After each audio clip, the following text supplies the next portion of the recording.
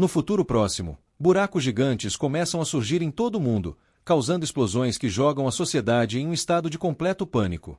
Enormes monstros conhecidos como ceifadores emergem desses buracos e caçam os humanos para matá-los. Balas não os ferem, então nem mesmo o exército consegue salvar a sociedade.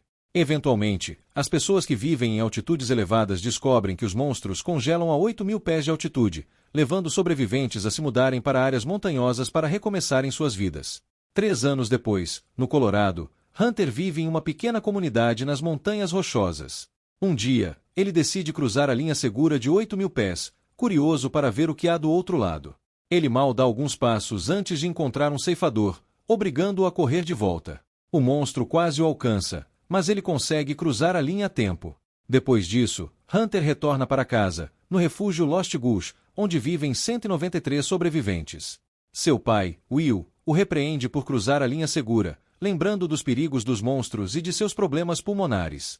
Hunter explica que só queria encontrar mais pessoas, mas Will ressalta que não pode perdê-lo, assim como perdeu sua esposa. Mais tarde, Will sai para caçar com Kate e compartilha o ocorrido. Kate compreende suas preocupações, mas observa que Hunter é a única criança na comunidade, então é natural que ele queira encontrar amigos. Will, no entanto, explica que Hunter está apenas tentando ir ao último lugar onde viu sua mãe. Enquanto isso, a cientista Nina realiza experimentos com balas, testando-as em um pedaço da pele de um ceifador, mas sem sucesso em causar danos. À noite, Will ouve Nina atirando novamente e fica irritado, lembrando-se de quando sua esposa partiu em uma missão especial com Nina e acabou morrendo. De repente, ele ouve Hunter tossindo e corre para o quarto do menino para trocar o filtro da máquina que o ajuda a respirar. Logo, Hunter se acalma e volta a dormir, mas aquele era o último filtro disponível na casa. Will olha para alguns mapas, refletindo sobre a dificuldade de cruzar a linha para buscar mais filtros. No aniversário de Hunter, Will consegue a última caixa de macarrão com queijo da comunidade para presentear seu filho. Enquanto cozinham, Hunter pergunta por que não usam mais o rádio. Will explica que precisam economizar eletricidade, então utilizam bandeiras para se comunicar com outros refúgios. Hunter acha isso triste, pois conversar com outras pessoas é importante. Naquela noite, Hunter começa a tossir novamente, e Will é obrigado a dar-lhe uma injeção. Após o garoto adormecer, Will procura Nina e informa que partirá para Boulder pela manhã em busca de filtros para o filho. Ele diz ter encontrado uma rota segura, mas Nina duvida, pois conhece bem a área. Acontece que seu antigo laboratório fica em Boulder. Will pede que ela o acompanhe, já que Nina estudou ceifadores por anos e sobreviveu à última viagem que fez. No entanto, Nina lembra que foi apenas sorte, enquanto a esposa de Will morreu naquela missão. Determinado, Will menciona uma mina que atravessa as montanhas. Ainda assim, Nina acha que essa ideia é pior, porque os ceifadores podem encurralá-los lá e se recusa a ir. Após a partida de Will, Nina trabalha em uma bússola modificada, mas não consegue parar de pensar na morte da esposa de Will, o que a deixa em lágrimas. Enquanto isso, Will pede a um vizinho para cuidar de Hunter antes de ir à loja de armas e pegar um monte de suprimentos. Kate aparece e anuncia que vai com ele, ignorando os protestos de Will. Nina também acaba cedendo e concorda em ir, mas zomba de Kate, dizendo que ela não tem experiência e será um peso. Will se despede de Hunter, prometendo que voltará, mas o garoto lembra que sua mãe disse o mesmo antes de partir. O trio finalmente parte, e Nina continua a ser rude com Kate, até que Will a repreende e pede que se comporte. Nina explica que os ceifadores emitem pulsos bioeletromagnéticos intensos e que sua bússola modificada pode detectá-los a uma distância de meia milha. Depois de uma longa caminhada, eles encontram a estrada Elba e a linha dos 8.000 pés. Quando a bússola confirma que não há monstros por perto, o trio cruza a linha e começa a descer. Momentos depois, encontram alguns caminhões abandonados e começam a procurar suprimentos. Eles conseguem sinalizadores, munição e até um lança-granadas, que Kate sabe usar. Nina também encontra uma escama de ceifador e tira um tempo para coletar uma amostra.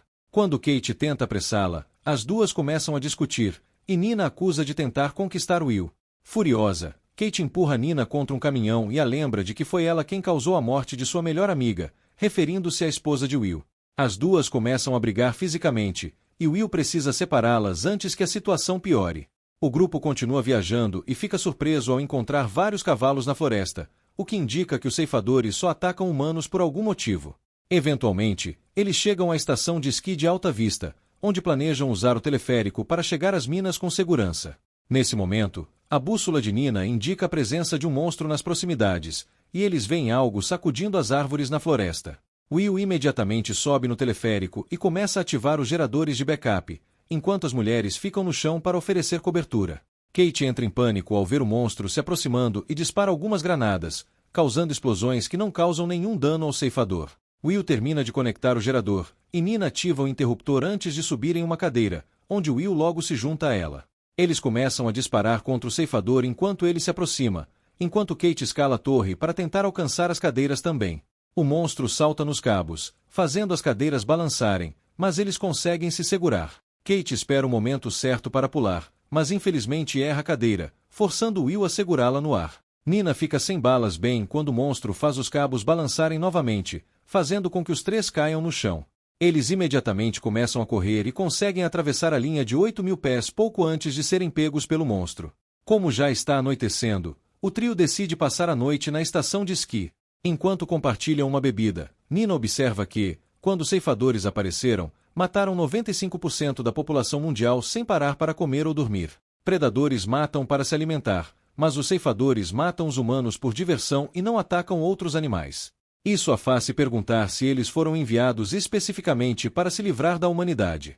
Depois que as mulheres adormecem, Will lembra novamente da última conversa que teve com sua esposa, que realmente confiava nas habilidades de Nina para encontrar uma maneira de matar os ceifadores. No dia seguinte, o grupo finalmente chega à mina onde Will costumava trabalhar. Ele explica que ambas as extremidades do túnel ficam acima de 8.000 pés, mas os níveis mais baixos ficam abaixo da linha de segurança, o que não é bem recebido.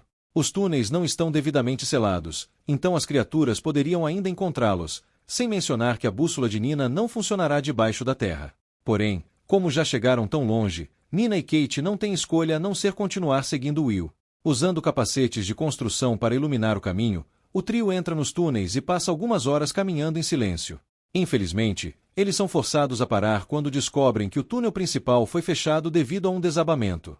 Will anuncia que terão que descer até o nível 7, o que significa que caminharam sob a linha de segurança por 1.000 jardas. Depois de se assustarem com alguns morcegos, o trio desce as escadas e entra no novo túnel, andando o mais rápido possível para evitar problemas.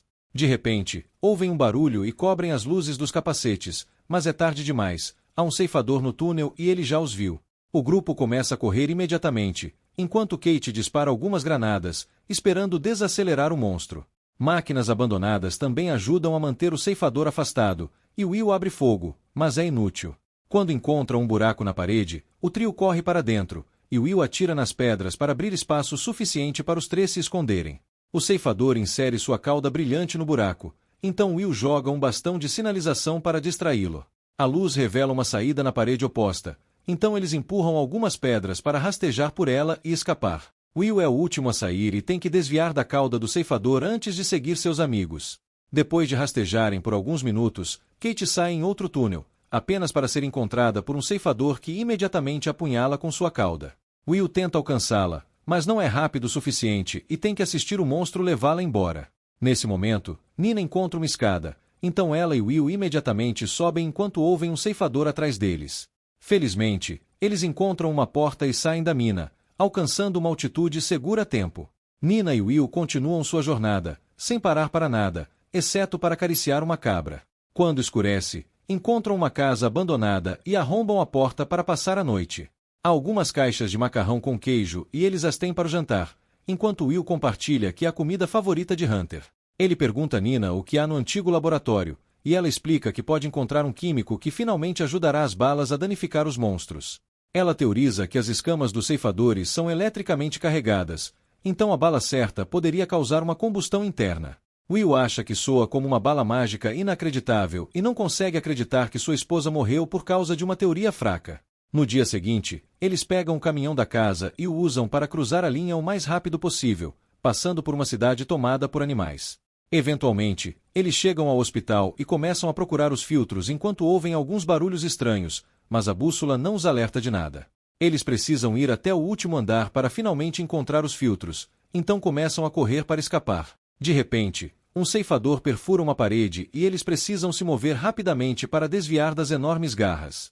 Eles ainda batem contra vários móveis no caminho de saída e são atingidos por destroços caindo sempre que o ceifador destrói uma parede ou janela. De repente, a cauda do monstro atravessa uma parede e captura Will, Então Nina pega um machado de incêndio e acerta a cauda até que o monstro solte seu amigo. Em seguida, Nina abre um cilindro de gás para preencher os corredores com névoa, esperando que isso forneça alguma cobertura. Isso dá a Will uma ideia, então ele espera o ceifador se aproximar o suficiente e dispara em vários tanques de oxigênio. Isso causa uma explosão que faz o monstro voar para fora. A criatura não se move mais, mas eles não podem ter certeza se está morta ou inconsciente, então precisam se apressar. Will quer voltar, no entanto, Nina o convence a ajudá-la a chegar ao laboratório para que ela possa terminar suas balas. Depois que o duo sai no caminhão, o ceifador acorda. Momentos depois, eles chegam ao laboratório, e Nina começa a misturar os produtos químicos enquanto Will faz a vigilância. Em uma das mesas, Will fica chocado ao ver uma foto que revela que Nina tinha uma família de quem nunca fala. Nina chora enquanto explica que no dia em que o mundo acabou, ela estava trabalhando e não pôde estar com sua família. Ela se sente ainda mais culpada porque seu filho tinha um jogo de futebol naquele dia e ela escolheu não ir. Nina também admite que se odeia por ter causado a morte da esposa de Will, mas Will afirma que não foi culpa de ninguém. Quando Nina finalmente termina sua bala, ela testa na pele e nada acontece. Ela diz a Will para voltar para seu filho, mas ela vai ficar para continuar experimentando até encontrar uma solução ou os ceifadores a matarem. Will sai no caminhão enquanto Nina tenta outra mistura de balas, mas também não funciona. Ela está tão distraída que não percebe a reação da bússola. Nesse momento, ela ouve um barulho, mas também percebe que é uma combinação química que ainda não tentou, então ela se apressa para misturá-la como sua última esperança. Enquanto isso, o caminhão acidentalmente fura o pneu e perde o controle até cair de lado. Will fica inconsciente por alguns momentos, mas acorda quando ouve um monstro se aproximando. Ele tem que chutar a janela do caminhão para sair e começa a correr enquanto o ceifador o persegue. Subir a colina é difícil para o corpo de Will após o acidente, e quando ele está prestes a cruzar a linha de segurança, um segundo ceifador bloqueia o caminho.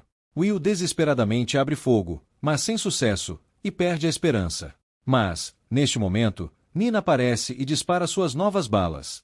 Uma explosão estranha acontece, cheia de fumaça e carga elétrica, confirmando sua teoria. Nina rapidamente atira em todos os ceifadores, matando-os em segundos, mesmo quando tentam fugir. Então, ela pega um pedaço do corpo do ceifador e mostra a Will as partes mecânicas, confirmando que essas bestas são robôs programados para matar humanos.